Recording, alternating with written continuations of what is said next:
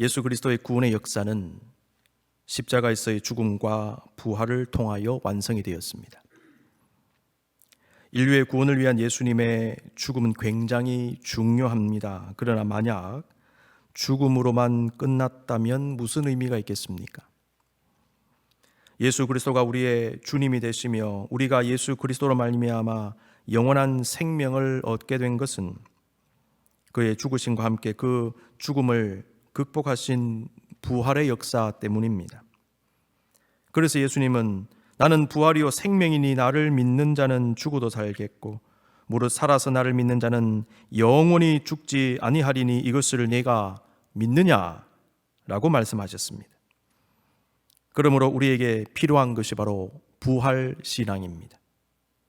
주님은 믿음의 백성들이 부활 신앙을 가지고 온갖 종류의 문제로 넘쳐나는 이 세상, 사망의 음침한 골짜기 같은 이 세상에서 승리하기를 원하십니다.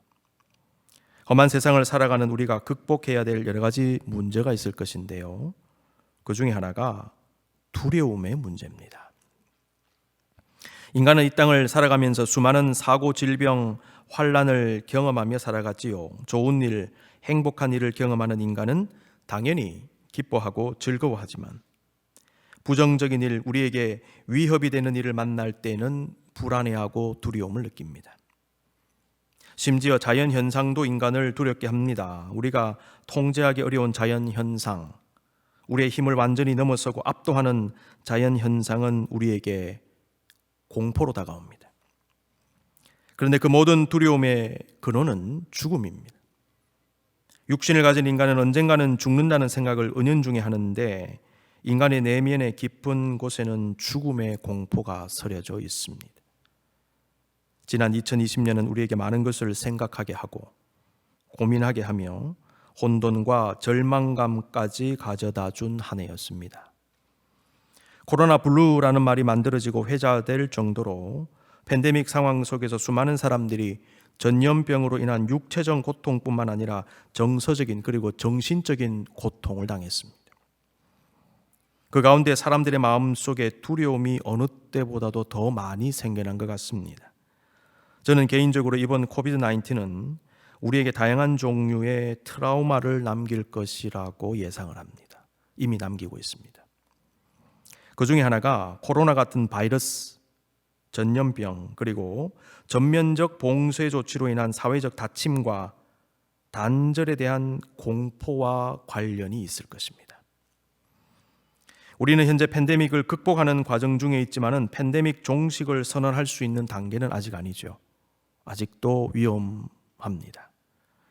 우리는 이미 팬데믹의 여파를 벌써 경험하고 있습니다. 그런데 팬데믹이 끝난 이후에 다양한 종류의 정치적, 경제적, 사회문화적, 종교적 그리고 영적 여파가 일어날 것으로 예상이 됩니다. 그 가운데 긍정적인 것도 있을 것이고 부정적인 것도 있을 것입니다. 인종차별 문제는 원래 우리 사회가 가지고 있던 문제이지만은 유독 작년 팬데믹 기간과 맞물려서 그 심각성이 이상하게 더 분명하게 드러나 버렸어요. 최근에는 아시아계 미국인과 태평양 섬 주민들, Asian American Pacific Islander이라고 얘기합니다. AAPI라고 얘기합니다. 최근에 우리가 여기 속해 있죠.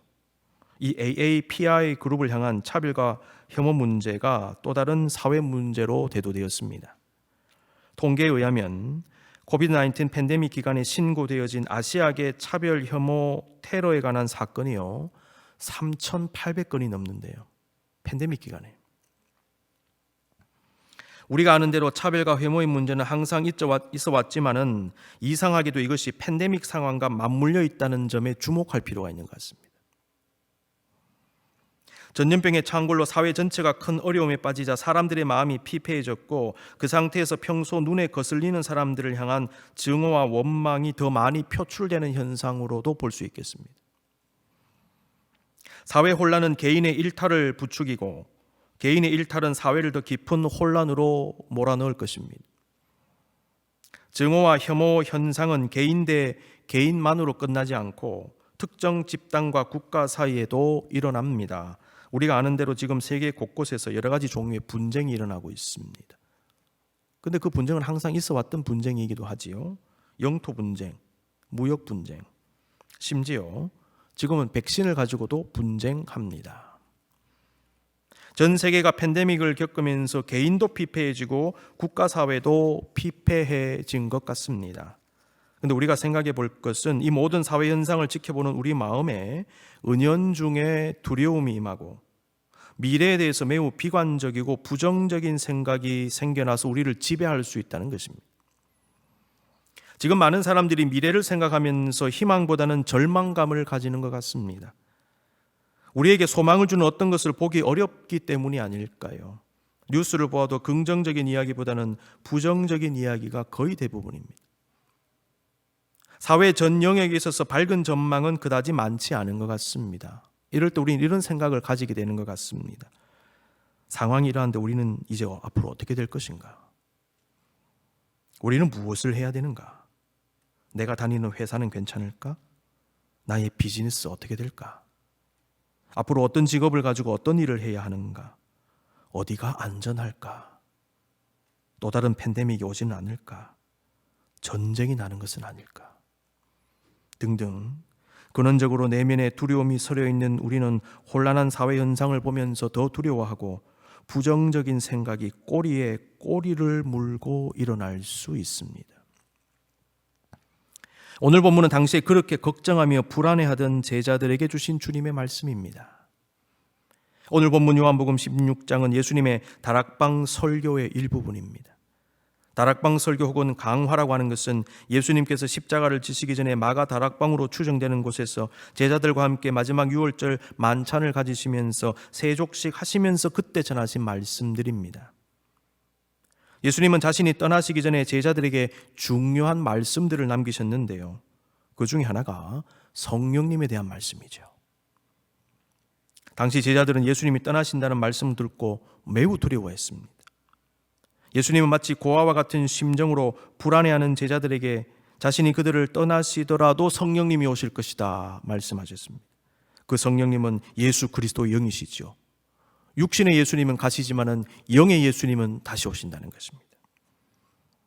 예수님은 그 성령께서 예수님이 가르치신 말씀을 생각나게 하실 것이다 말씀하시면서 무엇보다도 평안을 약속하셨습니다. 요한복음 14장 27절 말씀, 평안을 너희에게 끼치노니 곧 나의 평안을 너희에게 주노라. 내가 너희에게 주는 것은 세상이 주는 것과 같지 아니하니라. 너희는 마음에 근심하지도 말고 두려워하지도 말라. 예수님은 제자들의 두려움의 문제를 잘 알고 계셨습니다. 오늘 본문 요한복음 16장 33절에서 예수님은 다시 한번 평안을 선포하십니다. 이것을 너희에게 이르는 것은 너희로 내 안에서 평안을 누리게 하려 함이라. 세상에서는 너희가 환난을 당하나 담대하라. 내가 세상을 이기었노라. 이것을 너희에게 이르는 것은 이라고 할 때 이것이라는 말은 앞에서 하신 말씀입니다. 16장 33절 그 앞에서 하신 말씀입니다. 예수님은 자신이 떠날 것을 말씀하시면서 앞으로 일어날 일들에 대해서 말씀하십니다. 그리고 여러 가지 당부의 말씀을 주셨습니다. 예수님은 그 모든 것을 미리 말씀하시면서 제자들이 평안을 누리기를 원하신 것입니다. 그런데요, 그 평안이 어떤 평안일까요? 첫째로 주님 안에서 누리는 평안입니다. 제자들이 평안을 누릴 수 있는 이유는 그들이 환난 당함에도 불구하고 주님이 그들과 함께 하시기 때문입니다. 예수님은 성령으로 오셔서 제자들에게 평안을 주신다고 말씀하셨죠. 그래서 내 안에서 평안을 누리게 하려 함이라고 하셨습니다. 그렇습니다. 평안은 주님이 주시는 겁니다. 세상이 주는 게 아닙니다. 돈이 주는 게 아닙니다. 사람이 주는 게 아닙니다. 여러분, 평안은요, 주님이 주시는 것입니다. 주님 안에서 누리는 것입니다. 예수님 말씀은 어떤 것으로 인해 두려워하는 우리들에게 굉장히 중요한 메시지를 줍니다. 우리가 주님 안에 있다면 어떤 인생의 환난을 당해도 이 땅에 어떤 일들이 일어나도 주님 주시는 평안을 누릴 수 있다는 것이지요.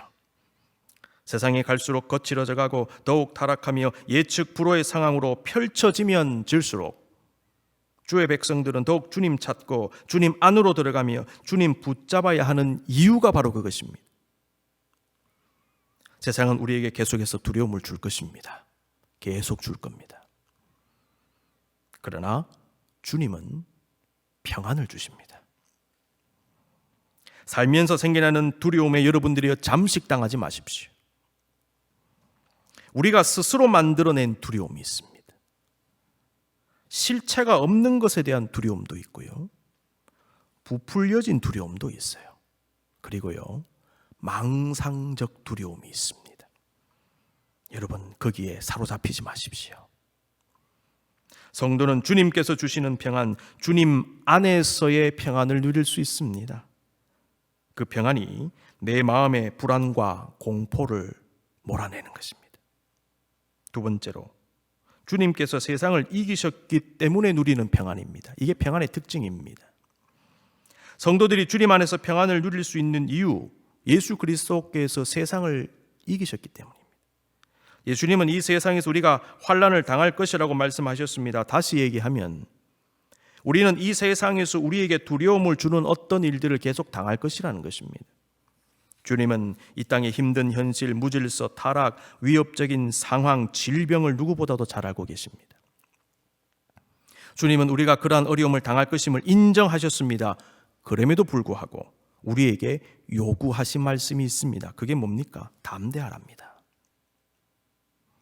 이 말씀 속에는 계속해서 용기를 내라, 계속해서 무서워하지 말라, 이런 의미가 들어있습니다. 계속해서. 믿음의 사람들에게 필요한 것 중에 하나가요, 주 안에서 담대한 겁니다. 우리 눈에 보이는 위협적 현실을 보며 우리의 내면이 무너지면 안 됩니다. 특히 주님을 향한 깊은 신뢰와 영성이 무너지면 안 됩니다. 성경은 심령이 견고한 것과 평안의 관계를 가르칩니다. 심령이 견고한 것하고 평안하고 관계가 있다 가르칩니다. 이사야 26장 3절입니다. 주께서 심지가 견고한 자를 평강하고 평강하도록 지키시리니 이는 그가 주를 신뢰함이니이다. 현대인의 성경을 제가 찾아봤습니다. 이렇게 번역을 했습니다. 여호와는 자기를 의지하고 마음이 한결같은 자에게 완전한 평강을 주신다. 주님을 온전히 믿고 신뢰하는 자는 주님을 향한 마음이 흔들리지 않고 한결같습니다. 견고한 산성과 같습니다. 그런데요, 그들이 주님께서 주시는 완전한 평안을 누린다는 거예요. 주님을 신뢰하는 사람, 한결같은 사람, 이런 사람들이 마음의 평안을 누린다는 것입니다. 우리는 이 부분에서 마음의 중심과 평안의 관계를 발견하게 되는 것입니다. 내 마음 중심에 주님을 모신 사람, 주님을 온전히 신뢰하는 사람, 그 사람은 주 안에서 평안을 누리게 됩니다. 그런데요, 그 마음에서 뭐가 나오느냐? 담대함이 나오는 것입니다. 담대함은 주님을 신뢰함으로, 심지가 견고함으로 평안을 누리는 사람들이 가질 수 있는 것입니다. 예수님은 성도들이 평안을 누리며 담대할 수 있는 이유를 말씀하셨지요. 내가 세상을 이겼다는 것입니다. 세상에서는 너희가 환난을 당하나 담대하라, 내가 세상을 이기었노라. 여기서 이기었노라라는 말씀은 이미 이겼다는 말씀입니다. 이길 것이니라도 아닙니다. 내가 이미 이겼다라는 것입니다. 예수님은 무엇을 이기셨을까요? 예수님은 십자가에서의 죽음과 부활을 통하여 죄와 마귀의 권세를 이기셨습니다. 예수님은 이 땅을 장악한 모든 악하고 어두운 것들, 우리에게 슬픔과 절망과 탄식과 두려움을 주는 모든 것을 이기셨습니다. 주님은 이 세상 자체를 이기신 것입니다. 예수님 말씀처럼 주의 백성들은 여전히 이 땅에서 환난을 당할 것입니다. 그럼에도 불구하고 예수님께서 이미 구원의 역사를 통하여 세상을 이기셨기 때문에 성도들은 게임으로 얘기하자면 이기는 게임 하고 있는 것입니다. 우리는 이기는 게임을 하고 있습니다. 게임을 안 할 수는 없습니다. 그런데 이기는 게임을 합니다. 환난이 있지만은 우리에게는 그 환난이 환난으로 끝나지 않습니다. 우리가 마귀와의 싸움을 피할 수는 없겠지만은 싸우면 이기게 되는 것입니다. 증빙구절 말씀드립니다. 야고보서 4장 7절 보십시오. 그런즉 너희는 하나님께 복종할지어다. 마귀를 대적하라. 그리하면 너희를 피하리라. 대적하면 피할 것이라는 것입니다. 대적하면 백전백승이라는 것입니다. 왜? 주님이 이미 다 이겨놨기 때문에. 우리가 정복할 영적인 성들이 많지만은 주님의 은혜로 진격하면 다 정복할 수 있습니다. 우리는 고난도 당하고 위협도 당하고 실패도 경험하고 상처도 분명히 입을 것입니다. 그러나 힘든 과정은 있을지언정 주의 백성들은 주의 은혜로 승리하게 되어 있다는 것입니다. 설사 사도 바울처럼 사명 감당하다가 비참하게 생을 마치는 일이 있다 하더라도 그것은 끝이 아니라 우리에게는 궁극적 승리가 있으며 세상에서는 얻을 수 없는 상상을 초월한 주님의 보상과 상급이 예비되어 있는 것입니다. 그래서 사도 바울은 로마 감옥에서 죽음을 직감하고 쓴 디모데후서 4장 8절에서 이렇게 얘기했습니다. 이제 후로는 나를 위하여 의의 면류관이 예비되었으므로 주 곧 의로우신 재판장이 그날에 내게 주실 것이며 내게만 아니라 주의 나타나심을 사모하는 모든 자에게도 니라. 여러분 지금 죽어가는 순간입니다. 사형 집행을 앞두고 있는 순간입니다. 그런데 이런 고백을 했습니다. 사도 바울은요, 이 땅에서 육신적 승리가 아니라 영적 승리, 궁극적 승리를 바라본 겁니다. 감옥 안에서. 바울은 누가 진정한 승리자인지를 분명히 알고 있었던 것이지요. 진정한 승리자는요, 최후에 천국 가는 사람입니다. 이 땅에서 잘 먹고 잘 살다가 지옥 가는 사람이 아니고요. 최후에 천국 가는 사람이 그 사람이 진짜 승리자입니다. 진정한 승리자는 하나님으로부터 의의 면류관을 받는 사람입니다. 그러므로 세상을 이기신 주님으로 인해 우리는 이 땅에서 승리할 수 있는 것이고 설사 외면적으로 승리의 모습이 없다 하더라도 궁극적 승리를 반드시 얻게 될 것입니다. 이러한 주님으로 인한 승리에 대한 확신이 우리로 하여금 두려워하게 하는 것이 아니라 담대하게 하는 것입니다. 부활신앙은 리스크, 위험으로 인한 두려움도 이기게 합니다. 삶 속에서 두려움을 가지는 이유를 가만히 한번 생각해 보면 다양한 종류의 리스크 때문입니다. 통제가 어려운 질병으로 큰 어려움을 겪은 우리 사회는요, 눈에 띄게 이 질병 리스크에 굉장히 예민한 모습을 가지게 된 것으로 보입니다. 사실 우리는 병과 관련된 리스크뿐만 아니라 매우 다양한 종류의 위험 요소들 때문에 두려워하죠. 사업에도 리스크가 있어요. 직장에도 리스크가 있고요. 모든 일에 리스크가 있잖아요. 근데 그 리스크, 위험 요소를 굉장히 두려워합니다. 우리가 신앙이 있다고 해서 그 위험 요소를 무시하거나 그 속에 일부러 들어갈 필요는 없습니다. 분별해야 됩니다. 조심해야 됩니다. 그러나 우리가 생각해 볼 것은요, 이 리스크에 대한 지나친 염려가 우리의 삶과 신앙을 위축시킬 수 있다는 것입니다. 우리에게 제로 리스크는 불가능합니다. 이 땅에서. 1958년에 미국 정부는요, 암 유발 물질이 들어있는 식료품의 판매를 금지하는 법안을 통과시켰습니다. 문제가 뭐냐면 이 조치로 말미암아 암을 유발하진 않지만은 어떠한 더 위험할 수도 있는 식료품 첨가물들이 사용되는 결과를 초래했대요. 이거는 사용 안 한다 하는데 다른 물질을 대신 사용하면서 또 다른 문제를 야기한 것입니다. 이것은요, 모든 리스크를 없애는 것은 불가능하다라는 것을 보여주는 예가 되는 것입니다. 여러분, 차가 다니는 도로에는 언제나 교통사고 리스크가 있습니다. 그 위험을 완전하게 없애기를 원한다면 차를 아예 다니지 못하게 해야 되는 것입니다. 근데 차 못 다니게 하면 어떻게 됩니까? 안 되잖아요. 그러니까 차가 필요하니까 다니게 하는데 다니게 하면 거기에는 언제나 위험 요소가 있다는 거예요. 그래서 그 위험 요소를 완전히 제거하기는 불가능하다라는 것입니다. 여러분, 이 땅에 완벽하게 안전한 곳은 없습니다. 제로 리스크인 일과 직업 상황은 없습니다. 우리 마음에 평안이 없는 이유 중에 하나는요, 바로 그 위험 요소를 지나치게 염려하기 때문입니다. 그러기 시작하면 결코 우리는 평안을 누릴 수 없습니다. 우리가 알아야 하는 것은 평안은요, 그 리스크가 사라져서 얻는 게 아니라는 거예요. 주님은 결코 그렇게 말씀하시지 않았습니다. 주님이 주시는 평안은요, 그 위험 요소가 사라져서 얻을 수 있는 평안이 아니라 위험 요소가 있는데도 누리는 평안이라는 것입니다. 성경 정확하게 읽어야 됩니다. 그 증거가 오늘 본문입니다. 다시 봅니다. 내 안에서 평안을 누리게 하려 함이라, 그 다음에 세상에서는 너희가 환난을 당하나, 이렇게 된 거예요. 여기서 환난이라고 하는 것은 리스크 아닙니까? 위험 아닙니까? 그런데도 주님은 우리에게 평안을 누릴 것이다 라고 말씀하신 것입니다. 그 이유가 뭡니까? 내가 세상을 이겼다는 것입니다.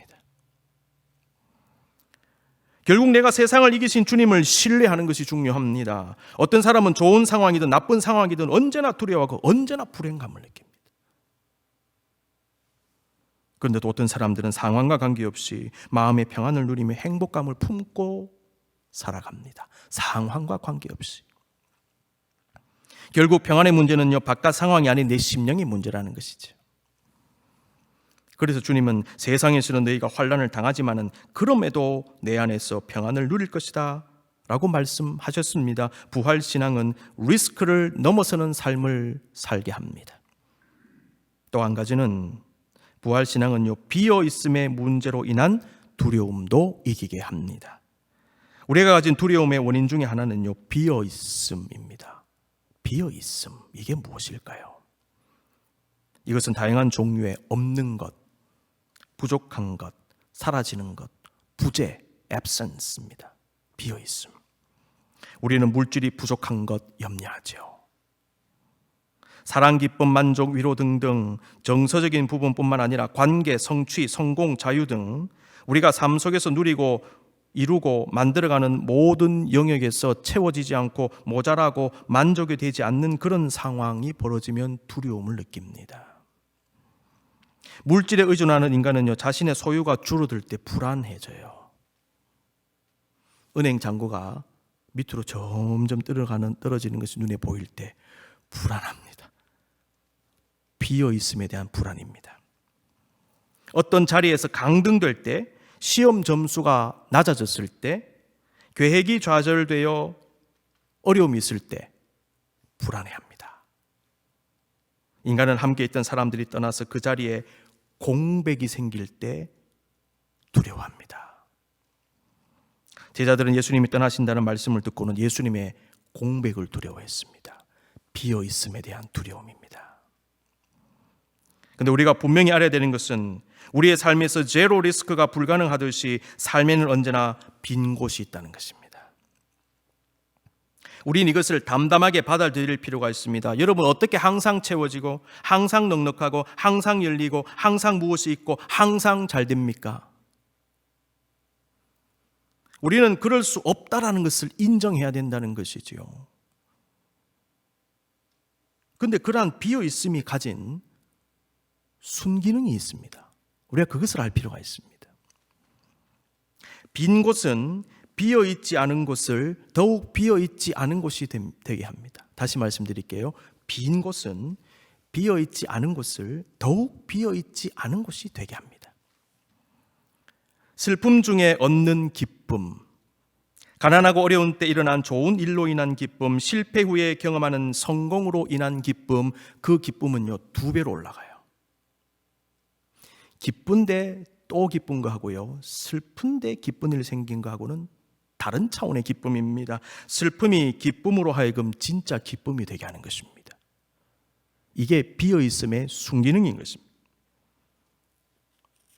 그러므로 우리는 이 비어있음의 두려움을 극복해야 됩니다. 주님은 비어있음에도 불구하고 우리에게 평안을 주십니다.